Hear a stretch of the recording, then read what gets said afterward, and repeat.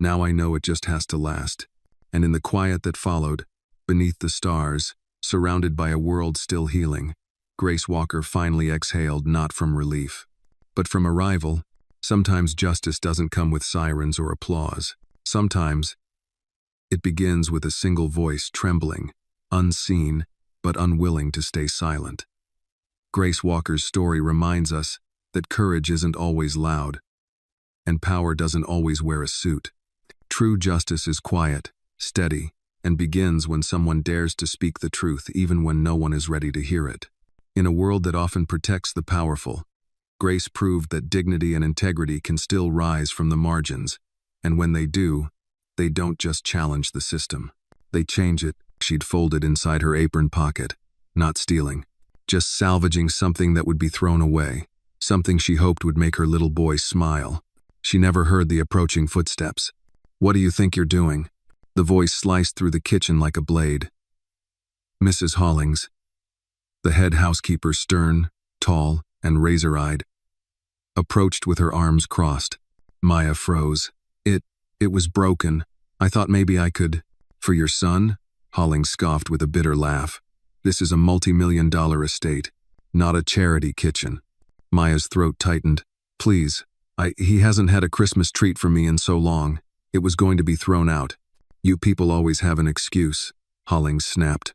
She snatched the cookie bag from Maya's hand so hard that it tore. The gingerbread shattered on the polished tiles.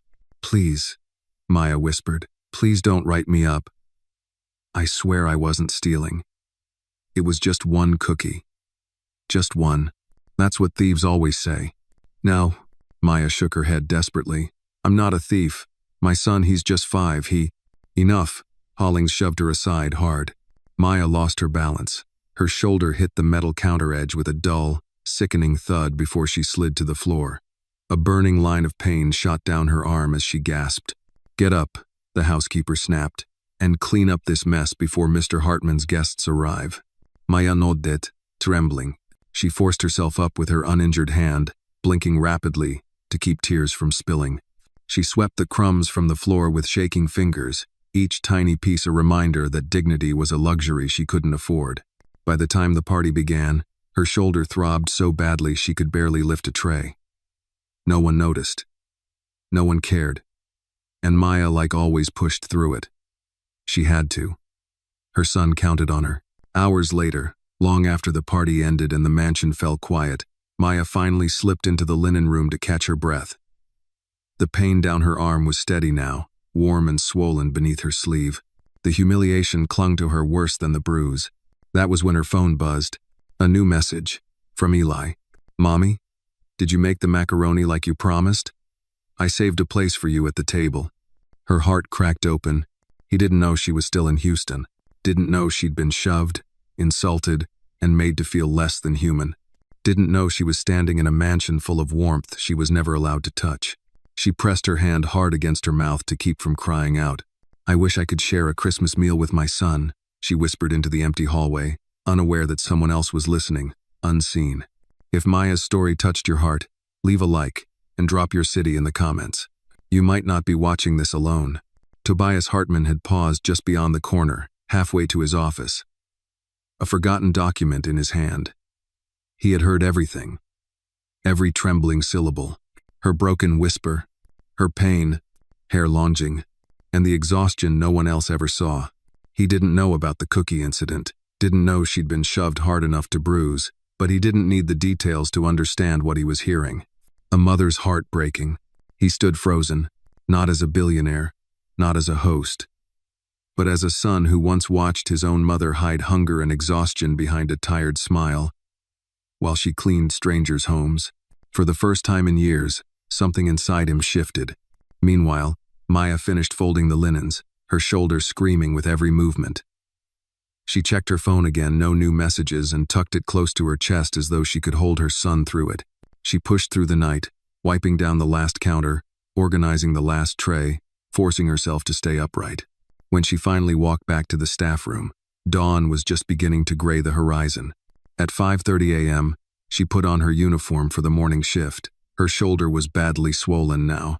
Every movement made her wince. She tried to hide it beneath her winter coat. In the kitchen, she found a white envelope taped to the refrigerator door. Inside, a single handwritten note. Maya, pack a bag. You're going home today. Driver arrives at 7 a.m. 2 weeks paid leave. Merry Christmas, T.H. She stared at the paper, stunned. Then her knees buckled, and she had to clutch the countertop to stay upright. 2 weeks. Home. Paid. After all this time, at 7 a.m. sharp, a sleek black town car pulled up. Patrick, Tobias's trusted driver, greeted her with a kind smile as if she were someone important. Merry Christmas, Miss Williams. She climbed into the back seat, still numb. The leather felt too soft beneath her trembling hands. The world outside blurred as the car pulled away from the mansion. Her phone rang. Mommy? Eli's sleepy voice filled the screen. His curls were messy, his pajamas wrinkled, his eyes still warm with dreams.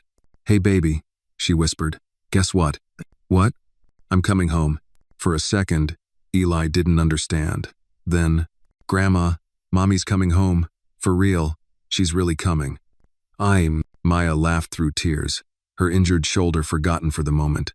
And somewhere in Houston, Tobias Hartman stood by his frosted window, watching the snow fall, knowing he'd done something right for once. Merry Christmas, Maya, he murmured. And he meant it. The road from Houston to Savannah stretched long and quiet as the winter sun rose slowly behind them. Maya sat in the back seat of the Blacktown car, wrapped in her heavy coat, a blanket offered by Patrick folded across her lap. The city faded behind them, replaced by snow-dusted fields, sleepy towns, and roadside churches adorned with red bows and plastic angels. Her injured shoulder throbbed with every bump in the road, but she didn't complain. Pain was something Maya had learned to carry without sound.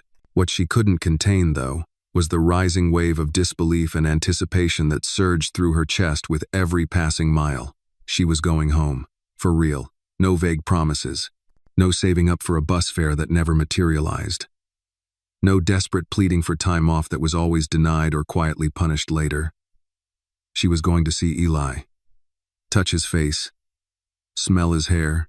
Hold him through the night instead of hugging a screen. Patrick didn't speak much. He seemed to understand that silence was a sacred thing on this journey. Once, he asked if she wanted to stop for breakfast, but Maya declined. She wasn't hungry. Not for food. Her heart was too full of everything else. At a gas station just outside Mobile, Alabama, she stepped out to stretch her legs. The cold air made her lungs sting, and she pulled her coat tighter. She caught her reflection in the window of the convenience store. Tired eyes. A bruise shadowing her temple now, darker than it had been in the mansion's fluorescent light. She looked like someone who'd survived a storm, and maybe she had. Back on the road, she finally opened the small gift bag Patrick had handed her that morning. From Mr. Hartman, he'd said. Inside was a wrapped box, tied with a ribbon. Her fingers hesitated. Then she opened it. A phone, new, sleek, and set up with her name already in the welcome screen. There was also a smaller envelope with her name in cursive again. Inside, a check, 2 weeks paid leave, and a handwritten note. Maya, you deserved better. I should have noticed sooner. This won't fix everything, but it's a start. I hope you'll use this time to rest, to be with your son, and to remember who you are outside of work. Let me know when you're ready to talk more. Merry Christmas, T.H. She stared at the signature for a long time. The billionaire had always been distant, professional, a presence in the background of the mansion like the scent of cologne or the gleam of the marble floors. She never thought he saw her. Not really, but maybe, just maybe, he had. They arrived in Savannah just after noon. The low southern sun hung golden over the moss-draped oaks and white picket fences.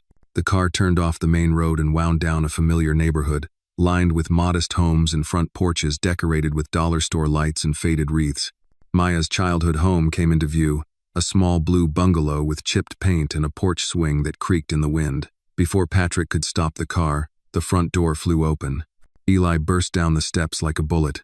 Mommy. No.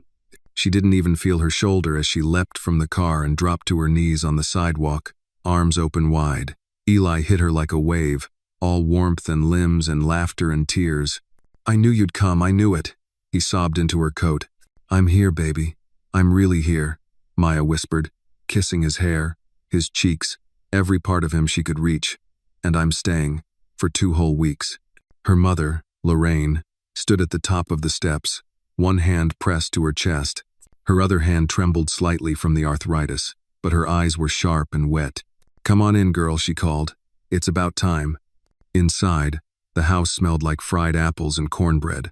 The heat from the old space heater filled the living room with dry warmth. Maya took it all in the worn sofa with the same crocheted throw, the family photos lining the wall, the mismatched dining chairs still standing strong after 2 decades. She sat with Eli tucked into her side, his tiny hand never letting go of hers. "Did you really get time off?" he asked in wonder. "Like real off?" "Like real off," she smiled, "thanks to a Christmas miracle." Over dinner, a modest spread of ham, greens, and mashed potatoes, Maya told the story, though she left out the bruises and the tears. She spoke of the cookie, of the wish, of the letter on the fridge, and the unexpected kindness from a man she barely knew. Lorraine shook her head.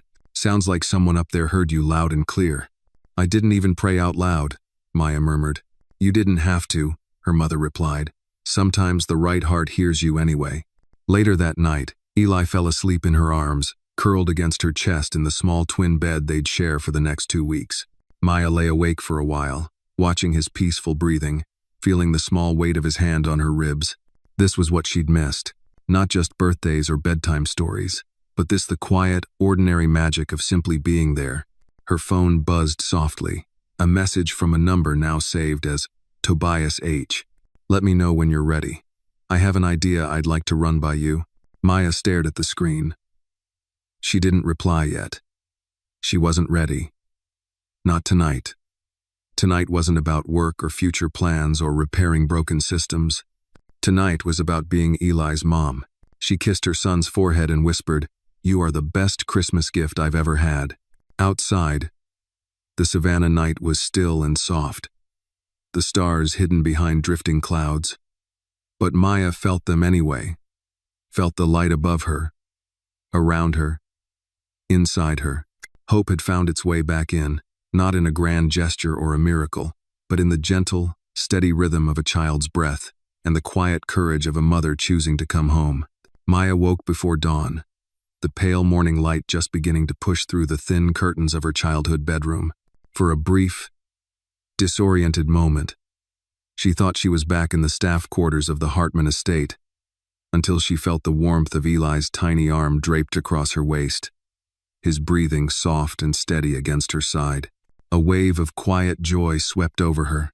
This was real. She hadn't dreamed the drive, or the letter, or the way Eli's face lit up when he saw her. He stirred, letting out a sleepy groan. "Are we really gonna have pancakes this morning, like you said?" She smiled. "Only if you help me flip them." They tiptoed into the kitchen, careful not to wake Lorraine, though Maya suspected her mother had been up for hours. Sure enough, when Maya opened the fridge, she found eggs already set on the counter, flour in a sifter, and a note. "Pancake mix is in the top cabinet. I'll be back by 9. Went to see Sister Marlene at the clinic. Don't burn the house down." "Mama," Eli giggled as Maya read it out loud. They moved through the kitchen together like old partners. He stirred the batter too hard, getting flour on his nose. She fumbled the first pancake and caught it midair with a squeal. It wasn't perfect, but it was theirs. It was home. By the time Lorraine returned, the table was set with slightly uneven pancakes, warm syrup, and a plastic Santa salt shaker Eli insisted on using. Maya's heart ached with a simple kind of gratitude, one she hadn't felt in years. They ate slowly, savoring every bite, every joke, every story Eli had saved for her. He told her about his best friend, Marcus, and how he lost a tooth on the playground. About his favorite teacher, Mrs. Hayes, who said Eli was full of stories and fire. Maya listened with the kind of attention that only absence can sharpen. After breakfast, she slipped into the small laundry room to call her doctor back in Houston. The bruising along her shoulder had darkened to a deep plum, and though the pain had dulled slightly, certain movements still made her wince. She didn't want to ruin her time with Eli, but she also didn't want to ignore it. The doctor urged her to get an X-ray, just in case. Maya hesitated, then agreed. After lunch, Lorraine drove her to the clinic. The local doctor, kind-eyed and gentle, took one look at her shoulder and ordered an immediate scan. "You're lucky," he said afterward. "It's a hairline fracture, nothing surgery-worthy. But you'll need to rest it for a couple of weeks. No heavy lifting. No repetitive motion. I'll get you a sling." Maya blinked. "Rest?" The word sounded foreign, as if he'd told her to breathe underwater. "Yes, Miss Williams, I mean it. Rest. You said you're on a break from work, right?" She nodded. "Then make it count." Later that afternoon, Maya sat on the porch with her arm gently cradled in the sling, watching Eli ride a scooter up and down the cracked sidewalk. The winter air was crisp, but the sun was warm on her face. Her phone buzzed again. "Tobias Ache. Just checking in, how are you feeling?" She paused for a moment, then typed, "Home, healing, tired, but okay. Thank you again, Mr. Hartman." His response came quickly. "Tobias, please, and I'm glad to hear it. Listen when you're ready. I'd like to talk about a permanent change." Her breath caught. She typed, "What kind of change?" 3 dots pulsed on the screen. Then, "A position at our Savannah office. Still under my company. Different kind of role. Less physical. More flexibility. You'd be home every night." Maya sat back. She stared at the words for a long time. The offer shimmered like a dream. A job in her hometown. A way to be with her son. A new life that didn't require sacrificing everything just to survive. But her stomach twisted with doubt. Was it real, sustainable, or was this just guilt on Tobias's part? A temporary kindness that could vanish. She typed slowly, "Why are you doing this?" His reply came after a pause. "Because I had a mother who worked herself sick, and because I was the kind of man who stopped seeing people like her. Like you, I want to do better." Maya's eyes filled, but she blinked the tears away. "Not now." Eli was running toward the porch, laughing. "Mommy, watch this." She slid her phone into her pocket. "I'm watching, baby. Always." That night, as she tucked him into bed, Eli turned to her, serious and sleepy-eyed. "Are you going to stay here forever now?" She stroked his curls. "I'm trying to make that happen, sweetheart." "Mr. Hartman's helping?" "Yes." Eli thought for a second. "He doesn't seem mean, like some rich people. Does he have a Christmas tree as big as ours?" Maya laughed. "Bigger, much bigger, and shinier." "But you know what?" Eli said, already half asleep. "I like ours better. 'Cause you're here." Later, when the house was quiet, Maya sat at the kitchen table with her phone and a cup of tea, scrolling back through Tobias's messages. She thought about the incident in the mansion's kitchen, the broken cookie, the bruise that still ached beneath her sling. She also thought about a man who could have looked away but didn't, who'd chosen to act. She typed one more message before heading to bed. "Let's talk. I'm listening." The next morning, sunlight poured in through the lace curtains, casting soft patterns over the old wooden floor of Maya's bedroom. The air smelled faintly of pine and warm vanilla leftovers from last night's candles. Eli was still asleep, his mouth slightly open, one foot poking out from under the blanket like he owned the bed. Maya smiled, then slipped out quietly, careful not to jostle her shoulder in the sling. She made her way to the porch, a cup of coffee in hand, her phone already buzzing with a new message. "Tobias Ache, can we speak this morning? I can call whenever you're ready."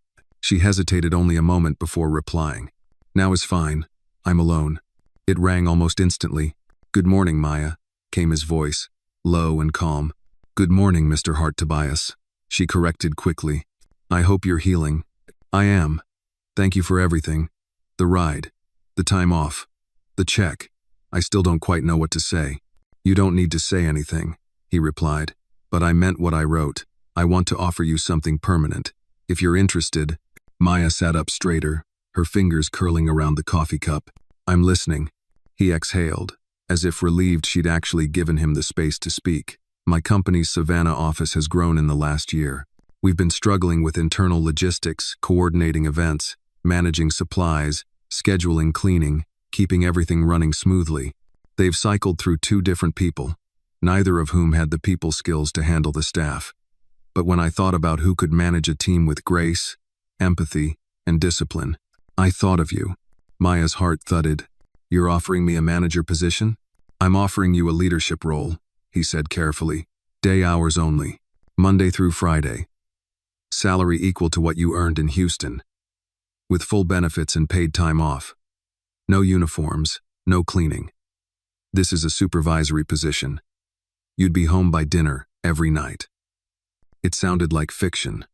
Like something out of a book someone else got to live.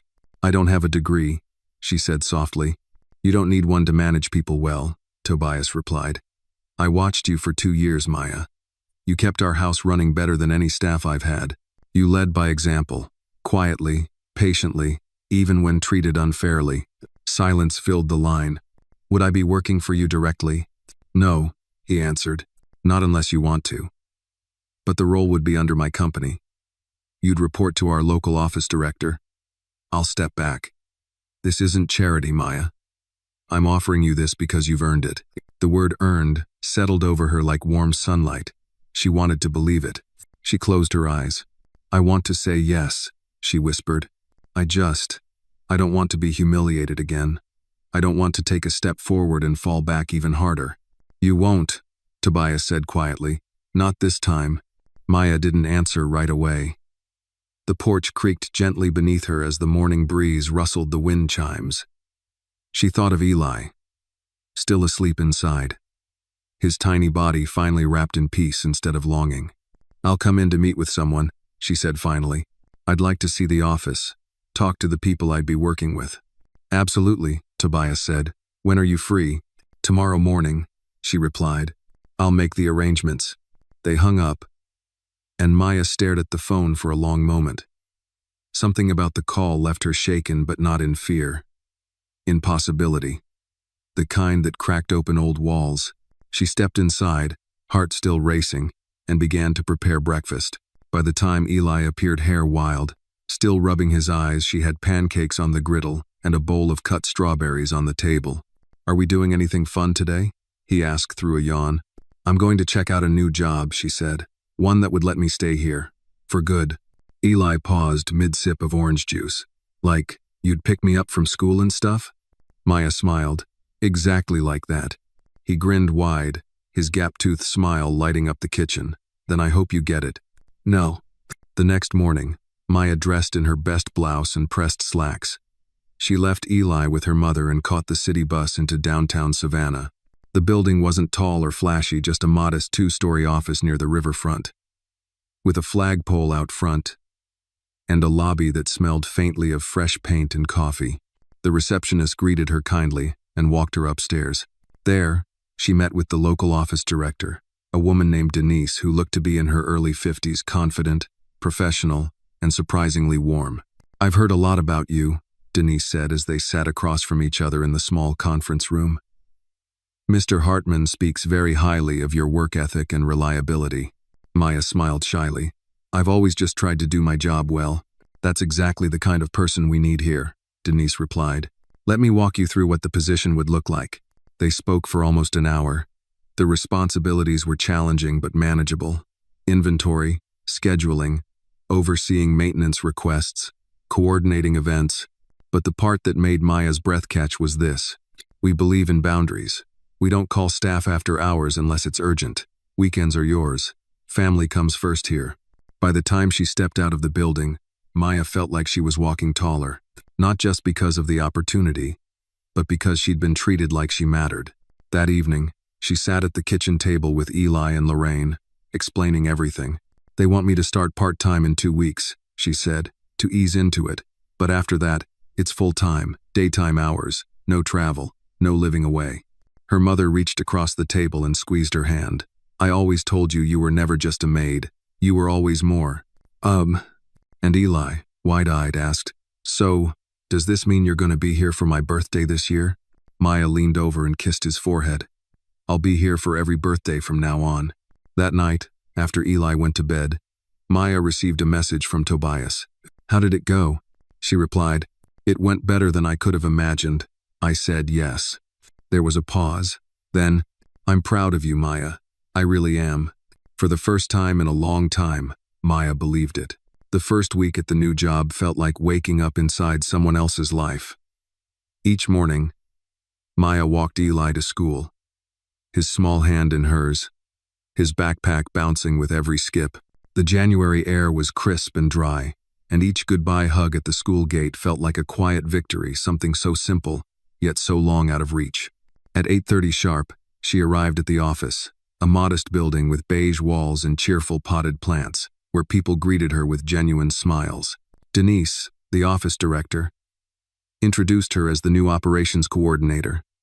She gave Maya a real desk, a nameplate, a login, and a badge. Little things. But to Maya, they felt revolutionary. On her second day, Denise handed her a folder. "I want you to look at our supply chain calendar and see where we can reduce cost. You've got good instincts, Maya. Let's start putting them to work." Maya blinked. She was used to being told what to do, not asked what she thought. For years, her job had revolved around silence, efficient, invisible, obedient. Now her opinion mattered. Her mind mattered. She spent that afternoon reviewing schedules, identifying missed shipments, flagging excess orders. At 4 p.m., Denise poked her head in. "Hey, go home. We don't do overtime unless we pay it. And I know you've got a boy waiting." Maya smiled, packed up her things, and left feeling something she hadn't felt after work in years: fulfillment instead of exhaustion. Eli was waiting on the front steps when she got home, coloring with chalk on the sidewalk. He launched into a story about his day before she even reached him, his words tumbling over each other. "Mrs. Hayes said I write stories like a grown-up now. I wrote about the spaceship that talks. You want to read it?" "Absolutely," Maya said. "But first you want to help me make dinner?" He beamed. "Only if I get to stir the sauce." "No." That night, as they ate spaghetti at the wobbly kitchen table, Maya told her mother about the office. "They treat me like I have something to offer," she said quietly. "Like they expect me to succeed." Lorraine sipped her tea. "That's because you do. And you will." After Eli went to bed, Maya sat on the porch with her phone, staring at the quiet neighborhood. The trees were bare now, but lights still twinkled on a few porches. She opened her messages and typed, "Maya, just finished my second day. I still can't believe this is real. Tobias, it is, and you've earned every bit of it." She hesitated, then typed, "Maya, why me? Why now?" The typing dots blinked. "Tobias. Because someone should have helped my mother. And no one did. I think helping you is my way of making peace with that." She stared at the words, moved by their honesty. "Maya, you know you didn't owe me anything. Tobias, maybe not, but I needed to do something right, and you gave me that chance." The next day, the office was abuzz with plans for a community event, an open house to introduce the company to the neighborhood. Denise pulled Maya aside. "You'd be great at managing this. Would you be willing?" Maya blinked. "Me? Lead the event? You've already got most of the staff on your side. They listen to you. They trust you." Maya swallowed hard. The old voice in her head, the one trained by years of being invisible, whispered, "You're not qualified." But louder than that now was Eli's voice. "My mom can do anything." She nodded. "Yes. I'd be honored." That afternoon, she got to work organizing vendors, setting schedules, creating sign-in sheets and thank you cards. She delegated tasks with quiet confidence, checked inventory, even called a local bakery to donate refreshments. Every decision was met with nods of approval. No one questioned her presence at the head of the table. That night, back at home, she printed out Eli's spaceship story and stuck it on the fridge. "I love it," she said, holding him close. "You've got magic in your head." "So do you," he replied, sleepily resting his cheek on her shoulder. By Friday, Maya had settled into the rhythm of her new life. The sling had come off. Her arm still ached, but the bruises had faded, both on her skin and in her spirit. That afternoon, as she finished a meeting with the event team, Denise tapped lightly on her door. "Got a surprise for you," she said, smiling. "Mr. Hartman's in town. He asked if he could stop by." Maya's pulse skipped. "Here? He just wants to say hello, and thank you. He didn't make a big deal of it." An hour later, Tobias Hartman stepped through the glass doors, dressed in a simple navy coat. No entourage, no assistant. Just him. He looked around the modest office space, then caught Maya's eye. "May I?" he asked, gesturing toward her desk. "Of course." They stepped into the break room. She poured him coffee half out of instinct, half out of habit before realizing she didn't need to anymore. He smiled. "You don't have to do that." "I know," she said softly, "but maybe I just wanted to." They Saturday. "You look well," he said. "I feel well," she replied. "It's strange." "Oh. Why?" "Because I thought I had to give up myself to survive, but I think I'm finally learning that I don't." He nodded. "I didn't come here just to check in. I came to say thank you." "For what?" "For reminding me that power without purpose is just noise. You helped me remember what kind of man I wanted to be." Maya's throat tightened. She didn't know what to say. So she said the truth. "I'm still scared sometimes." "So am I," Tobias replied. "But I think the best things in life start that way." Later that evening, Maya told Eli, "I saw Mr. Hartman today."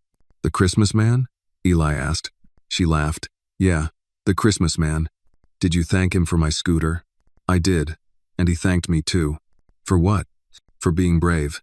Eli tilted his head. "You always were. You just didn't see it." "You?" As Maya tucked him into bed, she realized something simple and powerful. She no longer felt like a maid, or a mistake, or someone whose life was happening in the background. She was present, visible, a mother, a leader, a woman reclaiming her story. The morning of the community open house dawned bright and cold, the kind of January day that smelled like fresh beginnings. Maya arrived at the office just after sunrise, carrying a thermos of hot cocoa and a clipboard thick with checklists. The parking lot was still empty, dew glittering on the grass, but she could feel the anticipation humming in the air. Inside, the team was already setting up. Folding tables lined the main hallway. Banners were being hung, chairs arranged.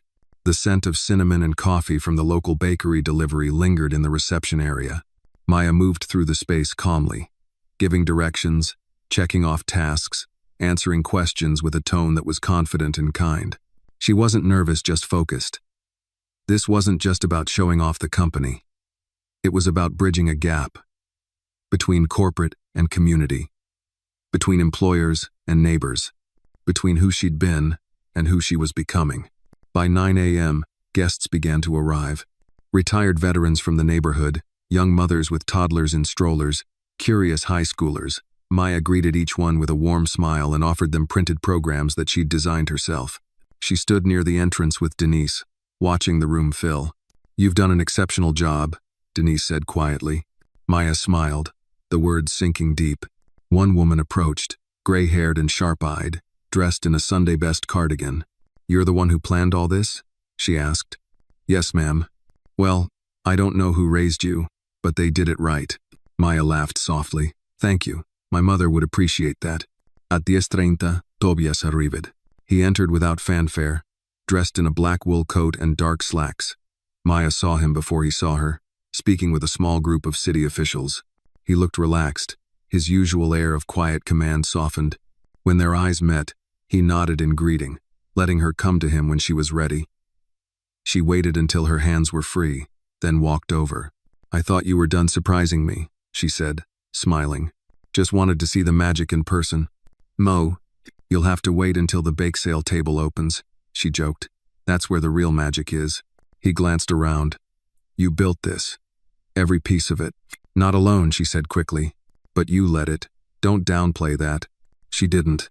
At noon, Maya took the stage in the small lobby where folding chairs had been set up for speakers. Denise introduced her as the new operations coordinator, a woman whose leadership and vision are already making this place stronger. Maya stepped to the microphone, nervous only for a second. Then she saw Eli in the second row, legs swinging, eyes wide with pride. She began, "When I first started working for this company, I wasn't in an office. I was folding linens in a big house, cleaning floors, making myself small, and no one knew my name." The room fell still, but someone listened. Someone saw me, when I didn't even know I could be seen. And that small act changed my life. She paused. "This building doesn't just represent opportunity. It represents dignity. The kind that every worker, every parent, every person deserves. I'm proud to be here not because I was given a seat but because I stood long enough to earn one." Applause rippled through the room. Eli clapped the loudest. Afterward, strangers approached her with handshakes and kind words. A local teacher asked if she would speak at her school. A councilman asked for a meeting next week. A teenager told her she wanted to be a boss like you. By the end of the day, Maya's feet ached, but her heart felt light. Tobias stopped by one last time before leaving. "You were remarkable," he said. "I was just honest. Honesty is rare in rooms like this. You didn't just organize an event, Maya. You opened a door." She looked at him for a moment. "What about you?" she asked. "Are you still opening doors?" He hesitated. "Trying. My kids are still adjusting. They're angry, confused. My daughter won't return my calls. My son barely looks at me. The divorce was clean, but the damage wasn't." "I'm sorry," she said gently. "I deserve their silence," he admitted. "But I'm hoping it won't last forever." She nodded. "Kids don't forget everything, just the bad things for a while." He smiled, then turned serious. "There's one more thing I wanted to ask," he said, "not as your employer, as someone who admires what you've built here." Maya raised an eyebrow. "I've been funding a mentorship program in Houston for underserved single parents, mostly women. They need leadership. A voice, someone who's lived it. Would you be open to speaking there? Just once a month. We'd fly you in and out the same day. Eli could even come with you on weekends." Maya blinked. She hadn't expected that. "You want me to teach?" "I want you to tell the truth," he said. "The way you did today." "No." She glanced toward Eli, who was now helping clean up chairs with two other kids. "I'll think about it. Take your time." That evening, back at home, Maya tucked Eli into bed, her voice hoarse from speaking but her spirit still buzzing. He held her hand tightly. "I liked today," he said sleepily. "Everyone looked at you like you were important." She smiled. "That's because I am. And so are you. You're not going back to that big house, are you?" "No, baby. I'm staying here, where I belong." He drifted off, breathing steady. Maya stood on the porch with her phone, looking at the sky. A full moon shone above the quiet Savannah street. She opened a new message window, typed, "To Tobias. I'd like to speak to those women. Let's talk about how." She hit send, because some stories were meant to be told, and others were meant to be lived and shared. The Savannah air was unseasonably warm for January when Maya stepped out of the airport terminal at Hobby in Houston.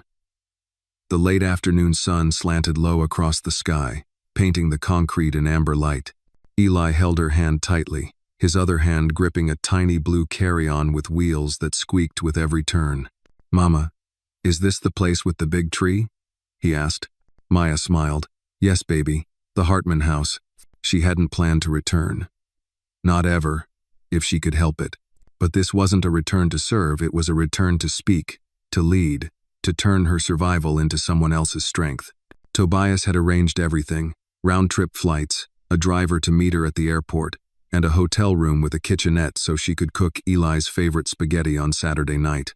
It was only a weekend trip, her first of what could be many monthly visits to mentor a group of single mothers and domestic workers building new lives. And yet, as the black SUV pulled onto familiar streets, Maya's stomach tightened. Her old routines haunted every intersection: the grocery store where she'd scanned clearance bins, the bus stop where she'd waited in the dark at 5 a.m., the laundromat where she'd sat with aching feet while guests dined upstairs in gowns and jewels. But this time, she wasn't heading to the back door. She wasn't a maid anymore. The SUV stopped in front of the Hartman Foundation offices, a sleek glass building nestled among manicured palms and quiet elegance.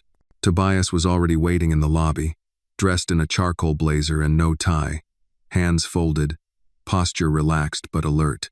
He greeted Eli first, crouching slightly to meet him at eye level. "You must be Eli. I've heard a lot about you." Eli gave him a shy nod, then turned to Maya for reassurance. "It's okay," she said gently. "He's a good man." "Ah." Tobias smiled, touched but humbled. "I'm glad you came," he said, turning to Maya. "We've got a group of about 20 women upstairs. Some brought their kids too. We set up a little area for them with crafts and games." "And you want me to do what exactly?" Maya asked, as they walked toward the elevator. "Speak for 20 minutes, then answer questions. Just tell your story, Maya. They'll see themselves in you." "La." As the elevator doors closed, Maya caught her reflection in the polished metal. Blazer, slacks, curls pulled back in a clean bun. She looked nothing like the woman who used to mop these floors, but inside, she could still feel the ghost of that version of herself. The girl who whispered prayers to empty hallways. She wasn't sure which one of them was more powerful. The event room was intimate, decorated with fresh flowers and folding chairs. At the front sat women of all ages, black, Latina, white, some young, others older, all with the tired but determined expressions of women who had fought for every inch of ground beneath them. They looked up as she entered, curious. The woman introducing her gave a short bio, then turned the mic over. Maya stepped up to the podium, heart pounding. She cleared her throat. "Hi, my name is Maya Williams. I'm a mother. I used to be a housekeeper. And 3 Christmases ago, I whispered something in the dark that I didn't think anyone would ever hear." The room fell silent. I was working in this city, in a house with chandeliers and marble floors, folding linens I couldn't afford, serving food I'd never tasted. And my son, Eli, he was 5 years old and living in Savannah with my mother. I hadn't had a Christmas dinner with him in years. That night I whispered, "I just wish I could share one Christmas meal with my son." She paused.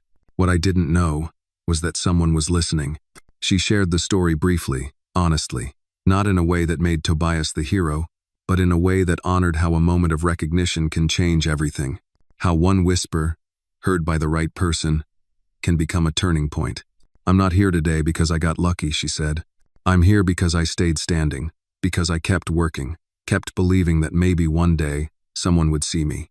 And because when that day came, I said yes." No, she ended with a quiet truth. You don't have to wait to be saved. You are not invisible. You are not small. Your story matters. You matter. For a moment, no one moved. Then the applause came slow at first, then building into something loud and heartfelt. Some women cried. Others nodded, eyes closed. A few stood up, clapping with both hands like they were cheering for themselves, too. Afterward, they came to her with stories one by one. A woman whose ex left her with 2 babies and nothing else. A grandmother raising her grandson while working night shifts at a diner. A teenager who cleaned houses while trying to finish high school. They didn't want advice. They just wanted to be seen. That night, Maya sat in the hotel room with Eli curled beside her, watching cartoons on low volume while she scrolled through her messages. Denise had texted, "I heard from someone in Houston. They said you brought the whole room to tears. You keep making us proud." Tobias sent one too. "You didn't just speak, you lit something. I saw it in their faces. Let's talk about expanding the program." Maya turned off the screen and looked at Eli. "Did you have fun today, baby?" "Yeah," he said sleepily. "Did you?" "I did," she whispered. "I think I helped someone." "You always help people," he mumbled, "even when you don't know it." She kissed his cheek, full of quiet awe. Somewhere between pain and purpose, she had found her voice, and it wasn't just her own anymore. It belonged to every woman who had ever cleaned in silence, sacrificed in the dark, or whispered a wish and waited. The return flight to Savannah was calm, the kind of smooth journey that made Maya almost forget the emotional whirlwind of the weekend. Eli fell asleep on her shoulder just after takeoff, clutching his stuffed bear with one hand and her scarf with the other. His trust in her so complete, so pure, was a weight and a gift. She stared out the small oval window, watching the clouds drift below. Houston had stirred something deep inside her. The women she met weren't just faces in the crowd, they were echoes of her former self. Each one carried invisible bruises, impossible strength, and unspoken hope. And now, they were looking to her. She remembered the girl who once stood in the Hartman kitchen, bleeding from a fall, holding a broken cookie meant for a 5-year-old boy far away. That woman had survived on faith and grit. But this woman, this Maya, was finally walking in purpose. As the plane began its descent, Maya's phone buzzed. "Tobias Sachi." "Great news. One of the women from the session applied for the grant program today. Your words mattered." She smiled, then paused. "Maya, do you ever feel overwhelmed by what you started?" "Tobias, all the time. But I'd rather feel overwhelmed doing something good than numb doing nothing." She stared at his words for a long moment. There was something about Tobias Hartman that continued to surprise her, not just his generosity or his guilt, but his growth. He was changing, and not just because of her. He was doing the work. By the time they landed, the sunset had turned the savannah sky gold and lavender. Lorraine waited by the airport exit, arms outstretched, her face lighting up when she spotted them. "My babies," she whispered, wrapping both Maya and Eli in a hug. At home, the routine resumed quickly. School, dinner, bedtime. But something inside Maya had shifted. The trip had planted a seed she couldn't ignore. Over the next week, she threw herself back into her work at the office. The community open house had opened new partnerships with local nonprofits, and Denise asked Maya to lead a follow-up initiative with a nearby shelter. The idea: training domestic workers in budgeting, digital literacy, and job readiness. For Maya, it wasn't just work. It was legacy. On Friday afternoon, Denise caught her as she was packing up. "Quick heads up," she said. "There's a leadership summit next month in Atlanta. 3-day event. Women in workforce development, community empowerment, that sort of thing. You should be there." Maya blinked. "Me? You're exactly who they need to hear from." The idea sent a ripple of nerves through her. But also, something else: excitement. She nodded. "I'll think about it." That night, she sat on the porch again, a glass of water in her good hand, watching the streetlights flicker to life. A voice startled her from behind. "You've got that same look again." "No." Lorraine stepped outside, wrapping a cardigan over her shoulders. "What look?" "The god just handed me something big, and I don't know if I should hold it or run. Look." Maya laughed quietly.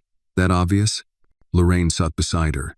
"Baby, when you were 10, I watched you carry your brother on your hip, while stirring beans on the stove and doing math homework with your foot. You've been built for big since before you even knew what it meant." Maya was quiet for a moment. Then she whispered, "I'm scared I'll outgrow everything. That if I say yes to all of this, I won't recognize myself anymore." Lorraine reached over and gently took her hand. "Maybe that's the point. Maybe God's waiting for you to become the version of you He had in mind all along." Maya blinked back tears. She thought about that later, lying in bed beside Eli, who was fast asleep. She picked up her phone and opened her calendar, staring at the date of the summit in Atlanta. Then she typed, "Maya, I want to do more. Tell me what the next step looks like. Tobias, let's start with the summit. And then, maybe, a regional leadership board. I've been wanting to create one, with you on it." Maya, "That's big." Tobias, "So are you." Saturday morning brought a surprise. A package arrived on the doorstep addressed to Eli. Inside was a framed photo from the open house, Maya at the microphone. Eli in the second row, clapping with wide eyes. A note was taped to the back. "Every hero has someone who believes in them first. TH. Eli squealed when he saw it. "You look like a president." Maya laughed. "Just your mom." "You're both," he said, serious. "My mom and a hero." She hugged him tight, letting the truth of it sink in. Maybe she was. Not the kind with a cape, but the kind with bruised hands and an open heart. The kind who showed up again and again, even when it was hard. Especially when it was hard. Later that night, she drafted her first speech for the Atlanta summit. Not from fear, not from pressure, but from the quiet, blazing certainty that she had something to say and a world waiting to hear it. The ballroom at the Atlanta summit was nothing like the church basements Maya had spoken in before. This space was grand, gleaming chandeliers, plush carpets, cameras stationed at the back, and rows of white chairs filled with women in blazers and bold lipstick. The room buzzed with ambition. These weren't just workers. They were directors, organizers, founders, voices of change in their own communities. And Maya Williams, single mother, former housemaid, now stood among them. Her name was printed on the schedule in bold letters. From silence to strength. Maya Williams, Operations Coordinator, Hartman Foundation. She took a deep breath backstage, feeling the nerves rise like a tide. Her hands trembled slightly, and she pressed them to the fabric of her slacks to keep them steady. Tobias had texted her that morning. "You're not filling space, Maya. You are the moment." She wasn't sure about that, but she was here. And that meant something. The moderator called her name. Maya stepped onto the stage. She was met by polite applause as she approached the podium, the microphone adjusted to her height. The lights were warm on her skin. She took one more breath. "My name is Maya Williams," she began, voice steady. "And before I ever held a title, I held a mop, a bucket, and a phone full of missed calls from my son." A hush fell over the room. "I worked in a mansion filled with silence. I folded clothes I'd never wear, cooked meals I'd never eat, and walked through rooms that weren't mine, whispering prayers in the dark." She paused, letting her words settle. "Then one Christmas Eve, I whispered something small. I wish I could share a Christmas meal with my son, and someone heard me." Maya didn't name Tobias. She didn't need to. The story wasn't about him. It was about the moment someone saw her, and more importantly, the moment she saw herself. "I'm not here because a billionaire changed my life. I'm here because I decided to change my own." Applause broke out sharp, unexpected. She continued, "I used to think survival was my purpose. Now I know better. Our purpose is to rise, and when we do, to pull others up with us." For the next 15 minutes, she spoke not as someone perfect, but as someone persistent. She spoke of long nights, aching feet, self-doubt, and the guilt of motherhood sacrificed at the altar of labor. But she also spoke of the joy of healing, of coming home, of teaching her son that love means showing up even when it hurts. When she finished, the room gave her a standing ovation, not just for what she'd survived, but for what she'd become. After the session, a steady stream of women approached her, some with tears, some with fierce questions, others with notebooks in hand, eager to replicate her mentorship model. A representative from a national nonprofit asked if she'd consider helping them build a similar initiative across the Southeast. A podcast producer slipped her a business card. A woman from a foundation in Chicago whispered, "We need someone like you." Everywhere. Maya nodded, overwhelmed but deeply grounded. She wasn't just being heard, she was being called. That night, in her quiet hotel room, she sat on the bed in her robe, scrolling through texts. "Denise, you're a star, but the kind that stays kind." "Tobias, I watched the live stream. You were brilliant." "Maya, I was terrified." "Tobias, you couldn't tell. You carried that room like it was made for you." "Oh." Maya put the phone down, her eyes lingering on the city skyline beyond the window. From this height, everything looked small, manageable, even fear. She turned as a knock came to her door. When she opened it, her breath caught. It was Tobias, dressed in dark jeans and a simple button-down. No guards, no fanfare, just a man at a threshold. "I thought you were flying out tonight," she said, surprised. "I changed my plans. I wanted to say something. In person." "My." She stepped back, letting him in. He didn't sit. "I'm proud of you," he said simply. "Not as someone who once gave you a job, but as someone who's watched you become everything this world told you not to be." Maya looked at him, unsure of what to say. Tobias continued, "I came here because I realized something. I've built companies, foundations, empires. But what you're building, this voice, this movement, it's more lasting than anything I've done." "No, that's not true," Maya replied gently. "You gave me a chance. I gave you a door," he said. "You walked through it. The silence that followed wasn't awkward. It was full, meaningful." After a moment, he added softly, "Would you have dinner with me tomorrow night? Not for business. Just to talk, to celebrate, as equals." Maya hesitated, not because she didn't want to, but because it had been so long since anyone saw her without needing her to serve, sacrifice, or soften. She looked into his eyes. They were clear, steady, no pity, no guilt, just sincerity. She smiled. "Yes, I'd like that." Later, as she lay in bed, Maya thought about how far she'd come. From a whisper in the kitchen to a microphone in a ballroom. From folding sheets in silence to unfolding lives with words. She wasn't just rising. She was bringing others with her. The restaurant Tobias chose was tucked into a quiet Atlanta side street, far from the bustle of the downtown core. It wasn't flashy or loud, just warm light through paned windows, linen tablecloths, and soft jazz humming from unseen speakers. Maya arrived early, dressed in a navy blue wrap dress her mother insisted she pack. Her curls framed her face gently, and her nerves fluttered just beneath her rib cage. She wasn't nervous about Tobias. She was nervous about this version of herself, one she was still getting to know. The hostess led her to a corner table by the window. A single candle flickered in the center. She sat, smoothed the cloth napkin in her lap, and exhaled. 2 minutes later, Tobias entered. Casual, yet composed, like he belonged in every room and never took it for granted. "You look strong," he said after a quiet beat.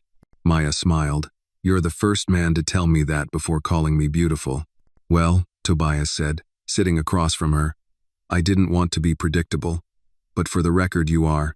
They ordered wine, talked about the summit, about Denise's upcoming budget proposal, about Eli's obsession with building Lego castles and a school play he was suddenly nervous about. The conversation flowed easily, unforced, but beneath it, something softer pulsed, something unspoken. Tobias leaned in slightly.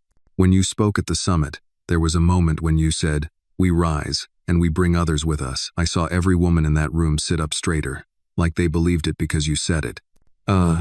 Maya looked down for a moment. "I still have trouble believing people listen to me. That's the irony, isn't it?" He said. "The ones worth listening to are usually the last to know they're being heard." She met his gaze. "Is that what happened with you?" He hesitated. "In some ways. I grew up in a house where my mother served everyone but herself. She ran our family like a fortress. Quiet. Seamless.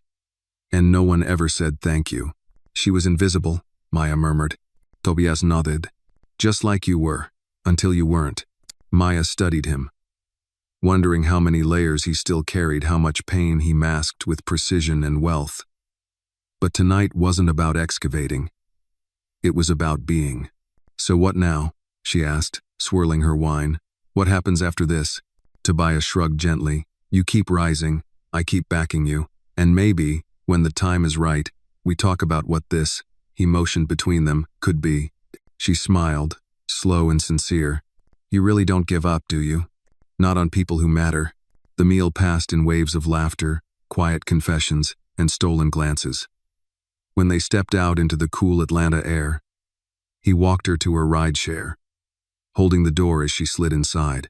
Before she could pull the door closed, he leaned in slightly. "I meant what I said, Maya. You're not just strong, you're extraordinary." She swallowed. "Thank you for seeing it before I did." "Nowhere." He stepped back, and the car pulled away. Maya leaned her head against the window, heart full. It wasn't romance she felt. Not yet. It was something rarer. Safety. Recognition. Possibility. Back in Savannah, Maya returned to a flurry of responsibilities. Eli's school projects, foundation meetings, and the mentorship program Tobias had now asked her to co-lead. She was learning to balance visibility with rest, purpose with peace. One afternoon, while reviewing applications for the next mentorship cohort, Maya came across a name that stopped her cold. Lucille Granger, the former house manager, the woman who had screamed at her, pushed her, left her bleeding. The file included a note: currently unemployed, seeking re-entry into workforce after extended absence, open to training, willing to volunteer. Maya stared at the screen. Her chest tightened, ghosts stirred. Denise knocked gently and peeked in. "Everything all right?" Maya cleared her throat. "Fine. Just surprised to see someone from my past." Denise stepped inside. "We don't turn people away unless there's a risk. Everyone gets one clean slate here." "Your call, though." Maya nodded, still quiet. That evening, she sat on her porch, sipping tea, watching Eli chalk superheroes on the sidewalk. Her phone buzzed. "Tobias, heading to DC next week. Want to join me for the National Workforce Equity Summit? They want you, not me." "Lie." She smiled, but her mind was still on Lucille. She typed, "Maya, can I ask you something hard?" "Tobias." "Always." "Maya, what would you do if someone who broke you once now needed your help?" The typing bubble appeared, then paused. Then came the reply, Tobias, if they're truly ready to rebuild, you're not helping them. You're freeing yourself. Maya stared at the screen for a long time. Later, she went inside and reopened Lucille's application. She read it again, slowly. Then, with hands that no longer shook, she clicked, Interview. Approved. Because forgiveness wasn't weakness, and leadership wasn't just rising, it was lifting. And Maya Williams had finally learned to do both. The interview room was quiet, save for the gentle tick of the wall clock and the soft hum of the old HVAC system. Maya sat at the head of the table, flanked by two program coordinators. Her notes were minimal, just a printed version of the application and a few scribbled questions in the margins. But her thoughts were anything but calm. Across the hall, Lucille Granger waited. It had been over a year since that winter night. Since Lucille's voice rose sharp with accusation, and her hand shoved Maya hard enough to bruise. Since Maya curled on the floor of the Hartman pantry, her dignity fractured along with the cookie she had tried to save for her son. Now, Lucille was here, seeking help, seeking her help. Maya stood, smoothed her blouse, and opened the door. Lucille entered slowly, her eyes scanning the room but never quite landing on Maya. Her once flawless posture was softened, her tightly coiled confidence unraveling at the edges.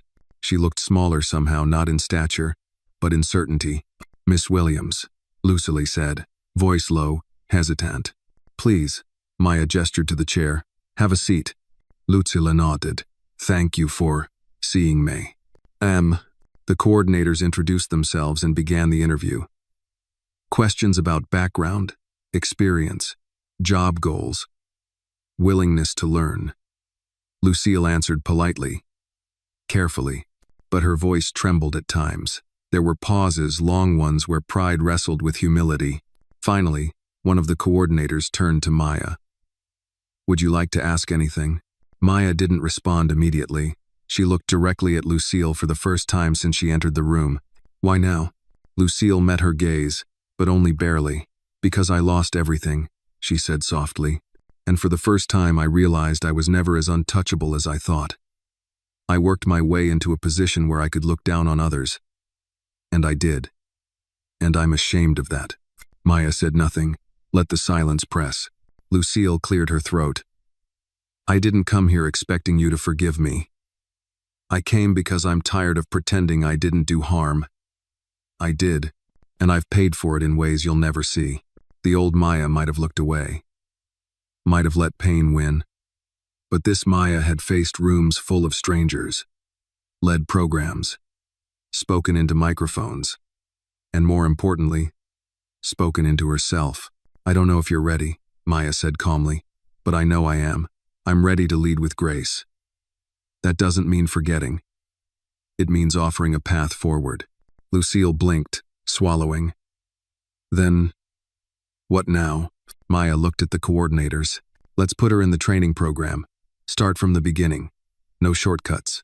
They nodded. Lucille stood, slowly, and offered her hand. "Thank you." Maya didn't take it, not yet. But she gave a quiet nod. "Make good on the chance," she said. "You only get one." Later that afternoon, Maya stepped outside the building and exhaled into the cool breeze. The confrontation had drained her, but not in a way that left her hollow. It felt cleansing, as if she'd released something long held in her chest. Her phone buzzed. "Tobias, just landed in DC. You'd be proud I didn't pack any ties. You free for a call later?" "Maya, maybe. Just finished a hard conversation, but the kind that matters. Tobias, those are the ones that shape us." She smiled.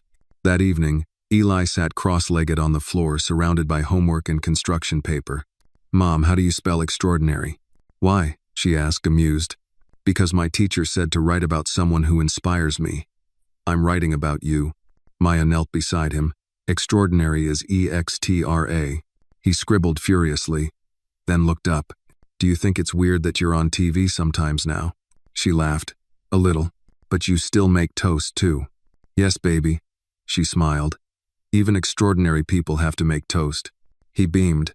Later that night, she opened her laptop and reviewed an email from the Chicago Foundation that had seen her speak at the summit. They wanted her to consult on a national mentorship model. Flights, stipends, full autonomy, another door, another opportunity. Her cursor hovered over the reply button. Before she could type, a video call lit up her screen. Tobias. She answered, surprised. Hey, everything all right? She asked. He looked tired, suit jacket slung over a hotel chair behind him, tie nowhere in sight. I just wanted to hear your voice. That's all. She tilted her head, quiet. I keep thinking about that night at the restaurant, he said, about how rare it is to feel seen and not judged. She nodded slowly. We all need that. I think I'd like to see where this goes, not just professionally. Maya exhaled, heart steady. I think I'd like that too.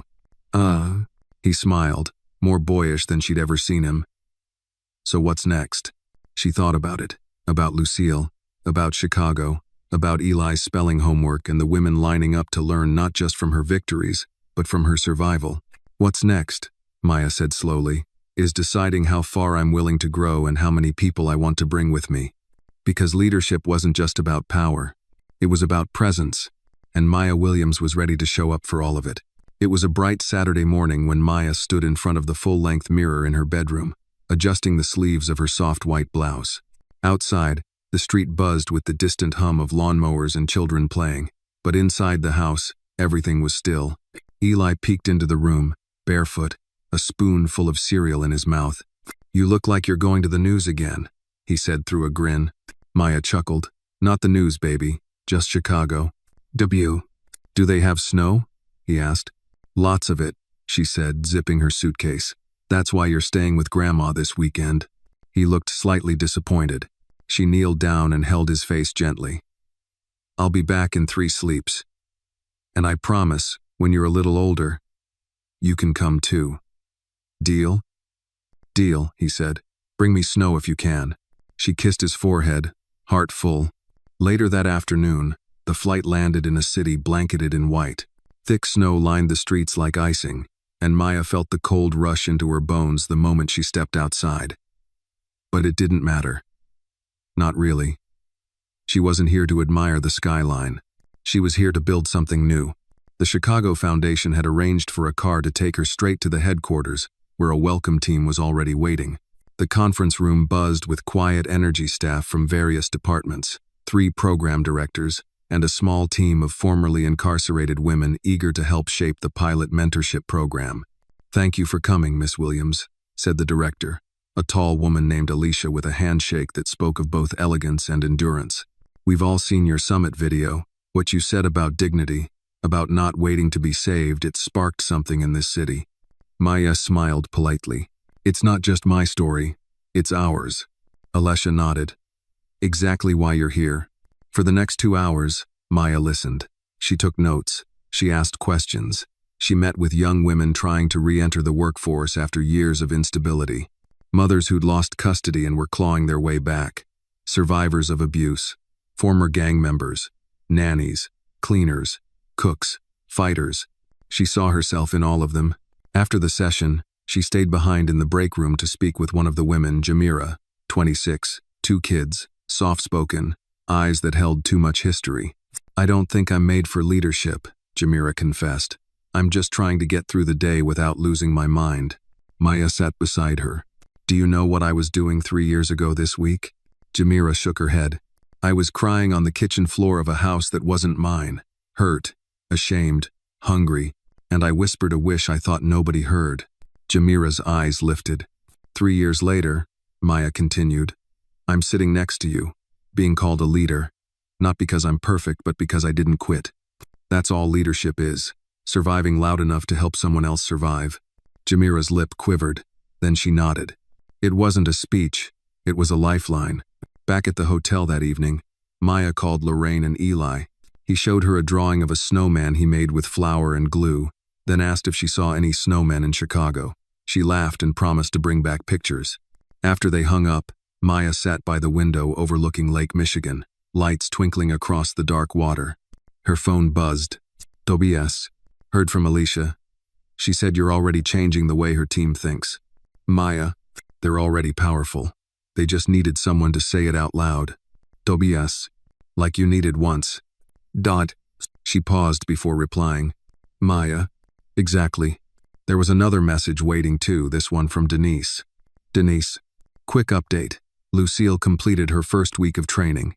She's quiet, but showing up every day. Just thought you'd want to know. Maya read the line twice. Quiet, but showing up. There was something sacred in that. She replied, everyone starts somewhere. Then she opened her laptop and began drafting the proposal the Chicago team had asked her to write. Not just a one-off program, but a scalable model, one that could be replicated in cities across the country. The vision formed slowly, like stitching a quilt. Personal development, vocational training, peer mentorship, trauma, informed counseling. By midnight, her outline was 12 pages long, and her heart was steady, because for the first time in her life, she wasn't chasing survival. She was building legacy. 3 days later, back in Savannah, Maya walked into the Hartman Foundation office just in time for the monthly team meeting. She shared her notes from Chicago, highlighting the potential for collaboration and community partnerships. After the meeting, Denise pulled her aside. You've grown, Maya, she said, smiling. Not just professionally. You walk into rooms like you belong there now. I used to think belonging was something other people gave you, Maya said quietly. But now I know it's something you claim. Denise nodded. Claim it all, and make space for the next woman too. That afternoon, Maya sat at her desk and stared at the board she'd pinned to the wall covered in sticky notes, timelines, and photos of the women she'd met. At the center was a single printed word, bold and underlined. Multiply. Not just the work, not just the results, but the hope. Because Maya Williams wasn't just rising anymore. She was planting gardens in every place she once thought was barren. Maya sat at the kitchen table, sorting through a stack of letters and forms while Eli hummed a Christmas tune in the living room. Though the holiday was weeks away, the spirit had returned early to their small home. Thanks to a second-hand tree and a handmade wreath Eli insisted on hanging in every room. The smell of cornbread filled the air, her mother's recipe, warm and comforting. But Maya's focus remained on the thick envelope she'd received from the Chicago Foundation that morning. It wasn't just the final draft of their multi-city mentorship expansion plan. It was also an offer, a national director role. Full-time, high salary, travel required, vision mandatory. It was everything she had worked for. And yet, Maya hesitated. She looked up at the sound of Eli's voice. Mom, guess what? What, baby? I told my teacher you talk to ladies in big cities now and help them get strong. Maya blinked. You did?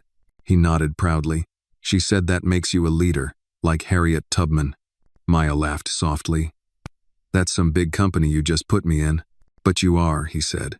You help people run too. She looked at him for a long moment, the weight of his words settling deep. That night, after Eli was asleep, Maya called Tobias. I got the offer, she said. I figured you would, Tobias replied. They'd be fools not to. It's big.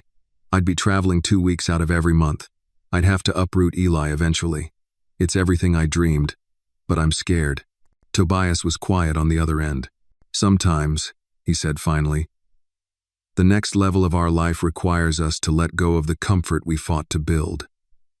Doesn't mean it's wrong, just means it's sacred. She exhaled. Would you think less of me if I said no? I could never think less of you, he said, voice steady. But I would ask if you're saying no because you're scared or because it's truly not your path. She didn't respond right away. The line buzzed softly with distance and emotion. I'm saying no for now, she whispered, but not forever. He didn't push. He didn't try to convince her. That was what she valued most. Then I'll back you. Whatever you choose. The following Monday, Maya called the foundation and declined the offer. But she countered with a proposal of her own. A regional pilot program managed remotely, with quarterly travel, and a team led by women from within the community itself. The board agreed, enthusiastically. And just like that, Maya wasn't leading from behind a podium. She was building from the ground up. Meanwhile, change kept knocking closer to home. Lucille Granger had finished her 3rd week of training. She kept mostly to herself, punctual, respectful, focused. But she hadn't yet spoken directly to Maya since the interview. That changed one crisp Thursday morning. Maya stepped into the kitchen at the foundation to grab a cup of tea and found Lucille standing by the window, holding a tray of materials. Their eyes met. Maya, Lucille said, voice quiet. Do you have a minute? Maya nodded, guarded. Lucille looked down at her hands. I wanted to say I'm sorry. Not because I want something, just because it's true. I was cruel to you, and I think about that night more than I'd like to admit. Maya said nothing for a beat. Then, I don't need an apology to keep doing what I'm doing, but I accept it. Lucille looked up. Her eyes were glassy, but her voice held. I admire you. I didn't understand you before. I thought quiet meant weak. But now I know. It just meant you had nothing to prove. Maya felt something soften in her chest. Thank you, she said, and she meant it. Lucille nodded and returned to her work. And Maya, she stood still for a moment, absorbing the rare warmth that comes not just from being vindicated, but from witnessing someone else's change. That weekend, Tobias flew into Savannah. Not for business, not for a summit, just for dinner. They sat on the porch after Eli went to bed, wrapped in sweaters, sipping cider. The stars blinked faintly above the rooftops. There was no performance between them now, no masks, just two people, shaped by the fire, learning how to rest in the glow. Tobias turned to her. Do you remember the first time I heard you? I remember thinking I was alone. You weren't, he said, and you never will be again. She looked at him, heart tender but strong. I don't know what this is yet, Tobias, but I know I don't want to build it on guilt or gratitude. Good, he said softly, because I don't need to be your redemption story. I just want to be part of the next chapter. She reached out, took his hand. I think we're writing it now. They sat in the silence, warm and content, as Maya realized something profound. The girl who once whispered her wishes into empty rooms had become a woman who shaped reality with her voice. And she wasn't done yet. Maya stood before the mirror in the Foundation's restroom, smoothing the front of her dark green blazer. Her hair was pulled back in a low twist, elegant but practical. Today wasn't about appearances, it was about presence. It was the official launch of the regional mentorship program, and the community center down the street was already filled with women, volunteers, press, and curious onlookers. The culmination of months of planning, negotiating, and dreaming was finally taking form, and Maya was its anchor. She looked at her reflection, not to check for flaws, but to remind herself, you belong here. Denise stepped in. They're ready for you. Maya followed her down the hallway. As she stepped into the main room, applause erupted. Not loud and forced, but warm like a wave of welcome. Women from all walks of life sat in folding chairs, some clutching notebooks, others just holding their breath, waiting for something to grab onto. Maya took the microphone. I used to think I needed a perfect story to lead, she began. But now I know. It's not the polish that makes a voice powerful. It's the scars. She walked slowly across the stage, her voice steady. I was a maid in a house that didn't belong to me. I once whispered a wish on Christmas Eve, thinking no one heard. Now I know every whisper matters.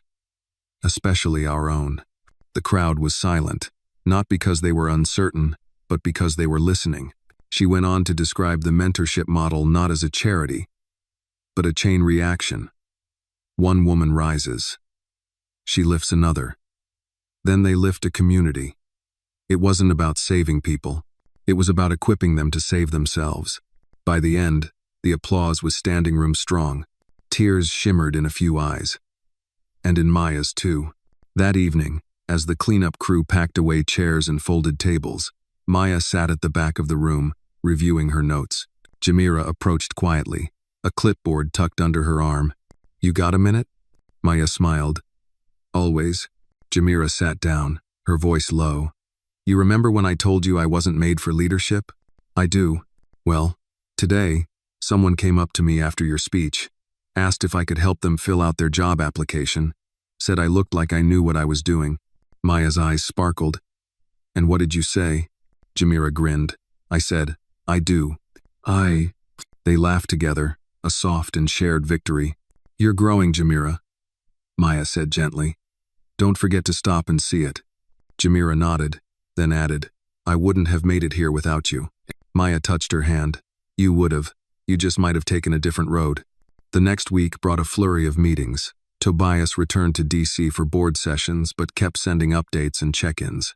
Tobias, When are we starting our Savannah to Chicago leadership tour? Maya, let me finish launching this program first. I don't have your private jet yet. Tobias, then we'll take a bus. You're worth the ride. Their texts had become more playful, more natural.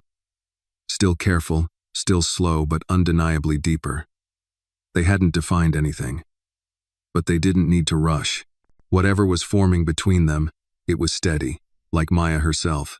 That Saturday, Maya brought Eli with her to the foundation.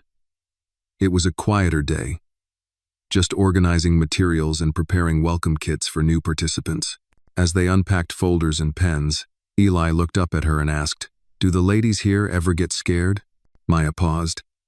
"Yes, all the time. But they still come?" "They do. Even the ones who were mean before?" She knew he was referring to Lucille. She hadn't hidden that history from him, not all the details, but enough to teach him about forgiveness. "Sometimes the people who hurt us the most," Maya said, "are the ones who are hurting too. Doesn't mean we forget, but we can choose not to carry their pain as ours." He nodded, thinking. "Then I'm glad you're in charge," he said, "because you're brave and nice." She smiled and kissed the top of his head. "Thank you, baby. That means more than you know." The next Monday, Maya returned to her office to find a small box on her desk. No name, no note, just wrapped in brown paper. She opened it slowly. Inside was a cookie, one of the ones she used to sneak from the Hartman kitchen. The shape was slightly off, the edges rough, but there was no mistaking what it was. Underneath it, a handwritten card. "For your son, from someone trying to do better." It wasn't signed, but she knew. Maya stared at the cookie for a long time. Then she stood, walked to the kitchen, and placed it gently in a jar labeled Grace. That night, she told Eli a bedtime story not about princes or castles, but about quiet strength, about the power of a whisper, about how sometimes the biggest changes come not from shouting, but from listening. And as he drifted to sleep, Maya watched him with a heart overflowing. She wasn't done rising, not even close. It was nearly dawn when Maya woke to the sound of soft knocking. Disoriented, she glanced at the clock, 5:42 a.m. She pulled on her robe, tiptoed through the quiet house, and opened the door. Tobias stood on her porch, suitcase in one hand, coffee in the other. His coat was dusted with dew, his expression exhausted but certain. "I didn't mean to scare you," he said, his voice low. I needed to see you." Maya blinked in the soft light, still trying to understand. "Is everything all right?" He nodded. "Now it is." She stepped aside, and he entered. He set the coffee down on the entry table and turned to her. "I was in D.C. last night, sitting through another donor dinner, talking about metrics and projections and global impact, and all I could think was, I'd rather be in your kitchen, watching Eli build superheroes out of Legos." Maya wrapped her robe tighter around herself, unsure if she was still dreaming. "I know we've taken things slow," Tobias continued. "And I know how much you've built, how fiercely you protect it. But I need you to know I'm not just a supporter. I'm not just watching from the sideline." He took a step closer. "I want to be in it. With you. Not above. Not behind. Beside."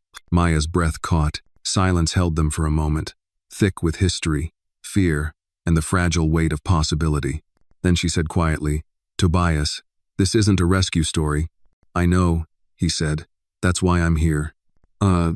Later that morning, after Eli woke up and squealed at the sight of Tobias in the kitchen, they made pancakes together, flour on noses, laughter between bites. Maya watched them, something steady blooming in her chest. Not a fairy tale. Something better. Real. 2 weeks later, the Hartman Foundation's board held a private dinner to recognize Maya's leadership in launching the Regional Mentorship Initiative. Tobias sat beside her not as a sponsor, but as a witness. The chairman raised his glass. "Miss Williams, when you first came to us, we saw potential. But what we got was transformation. You've redefined what this foundation stands for." Maya stood, feeling the room's eyes. Years ago, a compliment like that would have made her shrink. Now, she stood taller.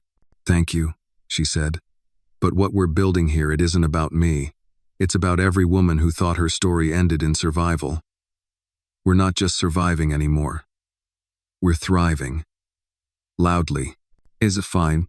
Applause rose around her. Tobias squeezed her hand under the table. In the weeks that followed, Maya's days filled with meetings, home visits, school drop-offs, and late-night idea scribbles. The mentorship program expanded to 2 new cities, led by women she had trained herself. Jamira was now facilitating sessions, and had even been invited to speak on a local panel.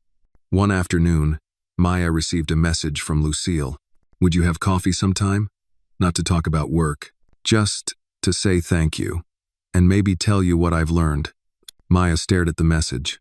She didn't reply right away. Instead, she closed her laptop and went outside, watching Eli ride his bike up and down the sidewalk, his laughter ringing like bells.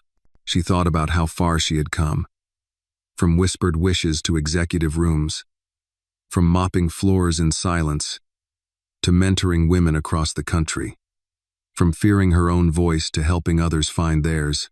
That evening, as Eli colored on the floor and Tobias cooked dinner, Maya typed her response.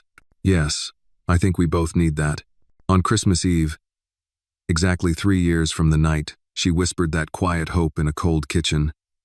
Maya stood in her own warm kitchen, wearing fuzzy socks and humming along to Nat King Cole. The dining table was set. Nothing fancy, just roast chicken, sweet potatoes, and the same cornbread her mother used to make. But this time, there were 3 plates. Tobias placed a small gift in front of Eli, who ripped it open with wide-eyed joy. Maya watched them, her chest tight with quiet gratitude. Then Tobias handed her a small square box. She opened it to find a delicate gold necklace with a tiny engraved charm. You are the voice. She blinked back tears. I wanted you to carry a reminder, he said, for the days you forget. She reached across the table and took his hand. I don't forget anymore. He smiled. Good, because the world's still listening. And that night, as the fire crackled and laughter filled the room, Maya sat with the life she had once only dreamed of. A real Christmas meal. With her son. With love. No longer whispered. Lived. The new year rolled in with a soft chill and quiet confidence. Maya stood at the front of a modest conference room in New Orleans, her voice steady as she welcomed 20 new mentees into the program's 3rd city. Outside, jazz floated through the streets.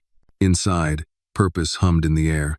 These women, some young, some with gray in their hair, all with stories etched in their eyes, looked to her not for rescue, but for reflection, a mirror of what was possible. Don't try to erase where you came from, Maya told them. Build on it, even the pain, especially the pain. They nodded, notebooks open, hands poised, hearts slowly daring to believe. Afterward, Jamira approached with a grin and 2 beignets. One for you, she said, dusting powdered sugar off her sweater, and one for the woman who taught me not to apologize when I walk into a room like I belong. Maya laughed. You're the reason this works. No, Jamira said, softer now. We are. Back in Savannah, Maya's life moved with rhythm. Mornings with Eli, afternoons at the foundation, evenings spent on Zoom with teams across cities, and Tobias, he was there. Not always in person, but always present. One evening, he called from San Francisco after a long board meeting. They want me to chair the Global Equity Roundtable, he said. It's a big lift. International commitments. High visibility. Maya leaned back in her chair, the sound of Eli's crayon scribbles behind her. And what do you want? She asked. There was a long pause. You, he said finally, and whatever we build next. She smiled into the quiet. Then let's build carefully. Brick by brick, he agreed. In February, Maya was invited to speak at a university in Boston. The flight was long, the snow unforgiving, but the auditorium was packed. Students, faculty, community leaders eager for stories, not statistics. She began like she always did, with the truth. I was never supposed to be here, she said. I wasn't groomed for leadership. I was groomed to be silent, invisible, useful to others but not to myself. She let the silence breathe. But here I am, and here you are. So what will you do with your voice? Afterward, a young woman with tears in her eyes approached and said, You made me want to go home and forgive my mother. Maya held her hand. Start there, then forgive yourself. By spring, the foundation received news. The regional mentorship model Maya had pioneered was being adopted by 2 additional states. The board wanted to name the initiative after her. She declined. "Name it after the women who keep showing up," she said. "Call it the Rise Project." Denise grinned. "That's why they keep following you." At home, Eli turned 6 and asked for a simple party at the park. He invited every child in his class, plus Miss Denise and Mr. Tobias if he can come without his fancy car. Tobias came, dressed in jeans, carrying a basketball, and somehow managing to lose a 3-on-3 game to a group of kindergartners. That night, Maya tucked Eli in, and he whispered, "I'm glad you're my mom." She kissed his forehead.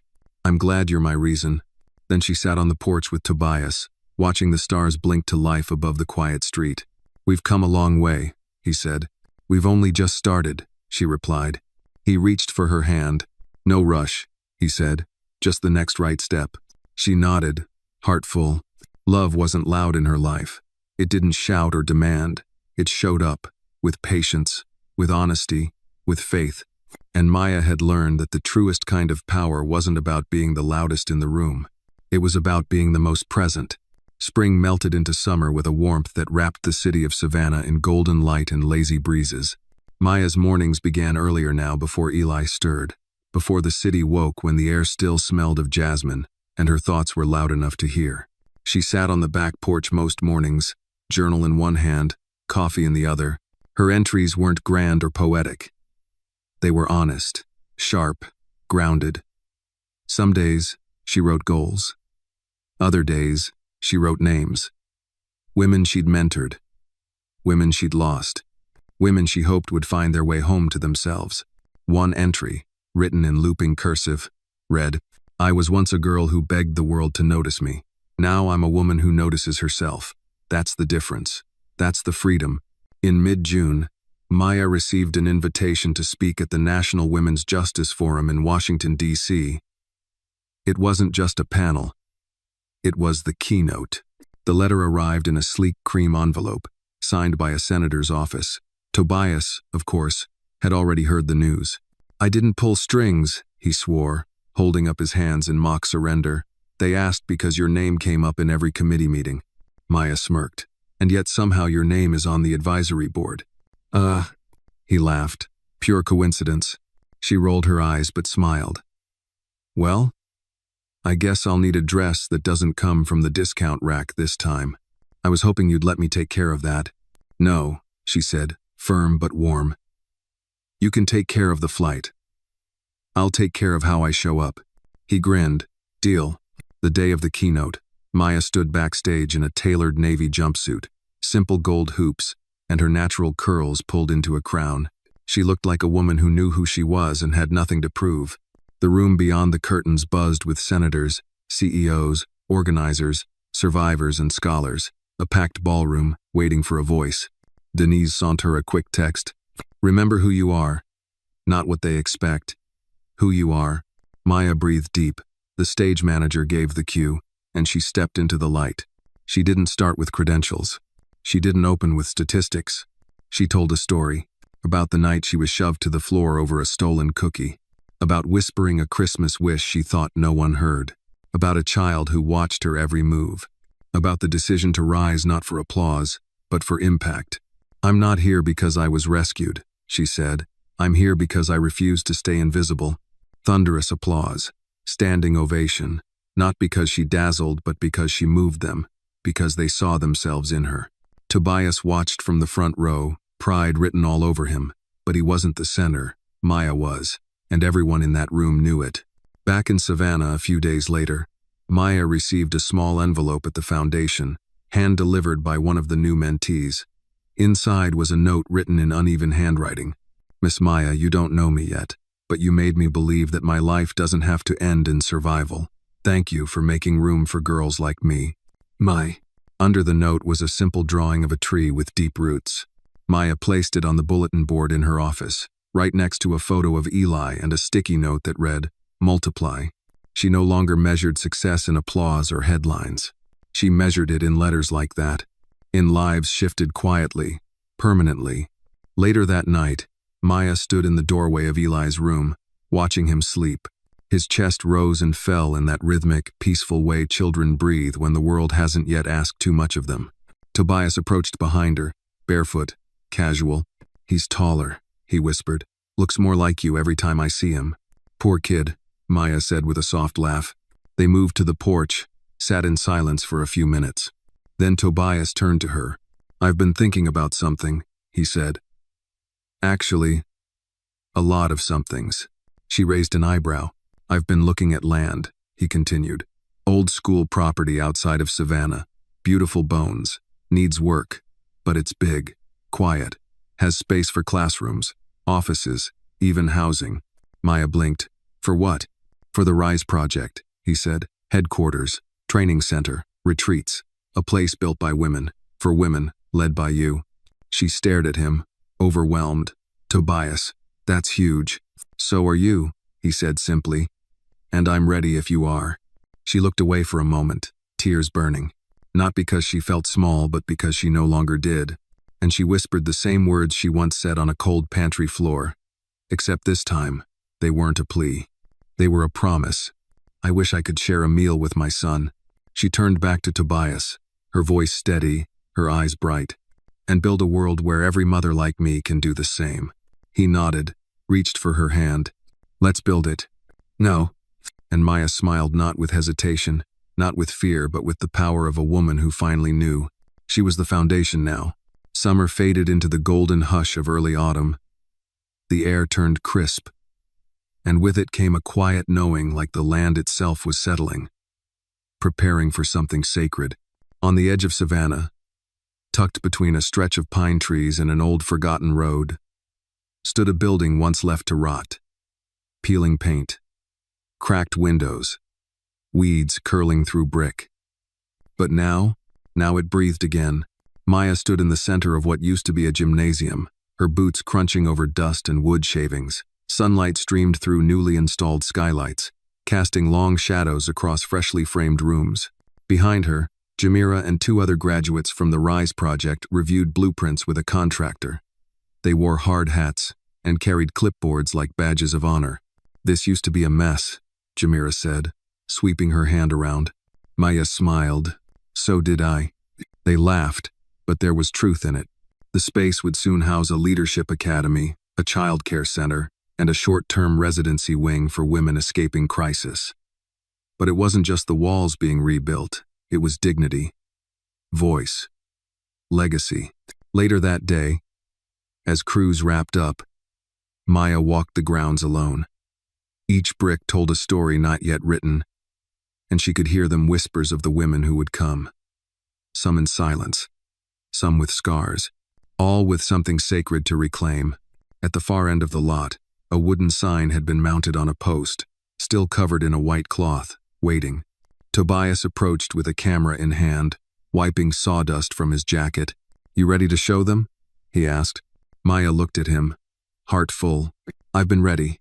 She turned to the crowd gathered behind them, friends, mentees, volunteers, leaders, and neighbors. Eli stood with Denise, holding a small flag, beaming with pride. Maya stepped forward, took a breath, and pulled the cloth from the sign. "The Rise Center, founded by Maya Williams, a place to reclaim your voice." Applause rang out, not thunderous, not performative, just real. Like joy, like justice. That evening, Maya sat on the porch of the center, overlooking the trees as the sun dipped low. Tobias joined her, handing her a mug of warm cider. "They're calling you the Harriet Tubman of mentorship," he teased. She snorted. "I'm just trying to keep the roof from leaking." "No," he said gently. "You're doing more than that.